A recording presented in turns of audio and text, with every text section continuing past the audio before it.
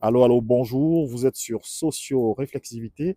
Je suis avec un très gentil monsieur que j'ai rencontré. Vous pouvez vous présenter, s'il vous plaît? Bonjour, moi c'est Nicolas, je viens de la Rive-Sud de Montréal. Super. Et qu'est-ce que vous faites à Québec? En Si ce c'est moment, pas... je suis en visite avec ma famille.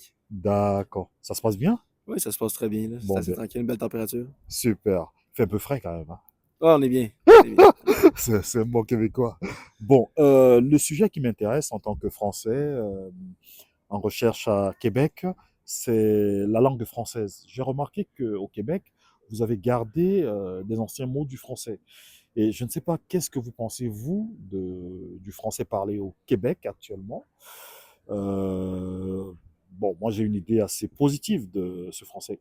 Quel est votre point de vue là-dessus? C'est sûr que dépendamment de où est-ce qu'on est dans la région du Québec, l'accent, même les mots qu'on va prendre, ça va être différent. Moi, selon moi, je sais pas si à quel point les racines sont vraiment incrustées avec la langue québécoise. J'ai vraiment l'impression que tranquillement, on jumelle comme un peu les deux langues, même que si on va plus vers du côté de l'Ontario, c'est assez mélangé comme un bon franglais, comme qu'on appelle. Là. Euh, la façon que j'aurais tendance à dire, je sais pas à quel point qu'on est vraiment enraciné avec la langue française.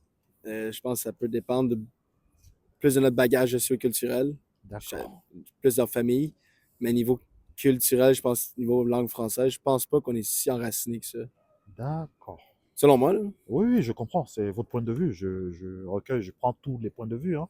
Moi, je suis plutôt d'un milieu sociologique où on nous impose de ne pas trop utiliser des anglicismes.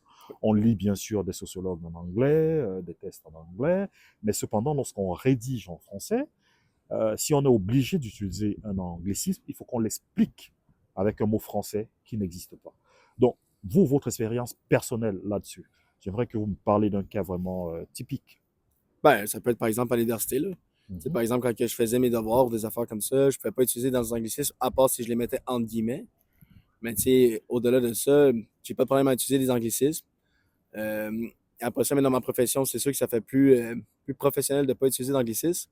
Mais après ça, des fois, pour que le client comprenne, c'est plus simple aussi d'utiliser un jargon qui est plus populaire, on pourrait dire. Tu sais, maintenant, les devoirs, après ça aussi, pour venir avec les trucs d'université, si je mettais un anglicisme, fallait, comme vous avez dit, il va falloir l'expliquer. Puis on perd des points aussi en conséquence. Fait que c'est sûr qu'on ne peut pas l'utiliser l'anglicisme dans les travaux universitaires, mais après ça, pour que tout le monde comprenne, c'est mieux d'utiliser le jargon que tout le monde prenne qui est avec des anglicismes. Fait que c'est comme deux mondes qui sont un peu parallèles, on pourrait dire. Tout à fait, je comprends, je comprends. C'est vrai que l'anglais est une langue économique, une langue technique en informatique et dans plein de métiers. Il y a des jargons qui sont en anglais. On est obligé quelquefois d'utiliser des mots anglais. Mais est-ce que vous sentez, vous, que le Québec résiste quand même à la préservation de la langue française? Ah oui, ça totalement. Il y a quand même une sorte de résistance envers la langue française quand même, qui est quand même assez forte. Surtout ici au Québec, là, je suis pas mal sûr que vous faites le tour, puis tout le monde est quand même fier de parler le français. Après ça, est-ce que c'est un français qui est bien parlé? Ça, c'est une autre chose. Mais je pense qu'on est quand même peut-être fiers de parler français aussi. Là. Très bien. Et à Montréal, il y a une différence entre Québec et Montréal? Je dirais que oui. Je pourrais pas expliquer tant pourquoi, mais je pense qu'au niveau diversité socio-culturelle aussi, elle est quand même plus différente. Je Tout à pense que c'est fait. ce qui pourrait expliquer la différence. Même encore là, quand on va parler à plus de population en général, ça fait aussi que justement, il y a beaucoup de monde même qui approuve cette langue-là. Fait que je pense que ça peut être intéressant même de faire un domaine d'études par rapport à ça. Là. Comme D'accord. un contraste. Là. D'accord. La différence entre Montréal et Québec, c'est ça? Ouais, ça pourrait être D'accord. intéressant. Je l'ai un peu remarqué. Je connais pas assez Montréal, mais je sais au niveau des boutiques de l'aéroport Charles Trudeau à Montréal, j'ai remarqué qu'on parle plus anglais quand même et que le français. Si j'habite Montréal, il faudrait que je parle très bien anglais pour m'en sortir. Donc, pourtant, ça cohabite. L'anglais cohabite avec le français. Ouais. Voilà. Donc, c'est un peu dommageable, dommage même, qu'à Québec, parce que c'est la plus grande ville de Québec, qu'on parle plus anglais, que l'anglais gagne du terrain par rapport au français. Ça, c'est une remarque qui est très légère hein, de ma part. Mais ce qui est certain, comme vous l'avez dit, le Québec résiste quand même en Amérique du Nord. On a l'accent québécois, on a des mots. Je ne sais pas si vous avez, vous, des exemples de mots québécois que vous aimez bien. Ben, les exemples classiques, là, tous les sacs québécois, juste l'accent en général aussi. Tu sais, des fois, les mots qu'on met les apostrophes, puis on enlève je sais pas comment on dit ça, un peu un slang, là, un peu, là. On a tendance à faire ça. On aime ça couper les phrases en deux, là. Ouais, ouais. Et j'ai remarqué aussi,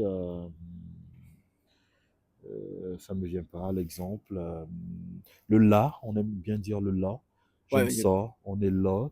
Euh, et jaser, c'est très original, franchement. C'est très original. En fait, on met, moi j'ai mis une semaine à m'adapter. Et j'avoue que j'aime bien l'accent québécois, sans flatterie aucune, hein. C'est vrai que c'est étrange quand on arrive. Ça va très vite. Il y a des... Est-ce que c'est pas lié aux anciennes langues? j'ai aucune idée par Aucune rapport à ça, idée, je vais être d'accord. honnête avec vous, mais pour être peut-être, je sais que dans le temps, quand tous les colons étaient arrivés puis tout, on avait comme directement déjà une couleur de plus associée à nous autres, à notre langage, Mm. qui était déjà différent de la France. Après ça, tu sais, on pourrait penser plus au nord du Québec où que le langage est beaucoup plus coloré, beaucoup plus d'accents, beaucoup plus difficile à comprendre. Même moi, j'ai de la misère à la comprendre. Ah ouais? Comme eux autres ont de la misère à me comprendre aussi. Tu sais, il y a plusieurs accents québécois quand Ah même ouais, dans la même région. d'accord. Fait que, tu sais, ça aussi, c'est Et assez le tu, intéressant. voilà, c'est ça qui me revient. Le tu, en vois-tu, sont-tu là, le tu qu'on met un peu. C'est beau, mais il faut le comprendre. Donc, je suis vraiment ravi d'avoir des points de vue différents. Merci de m'avoir accordé de votre temps. Et c'est vraiment un plaisir. Et les Québécois sont gentils. Ça, on peut pas leur enlever. Ça. C'est une remarque. Et merci encore. Et ben, bon séjour à Québec. Mais merci beaucoup. Allez, bye Pas de bye. problème.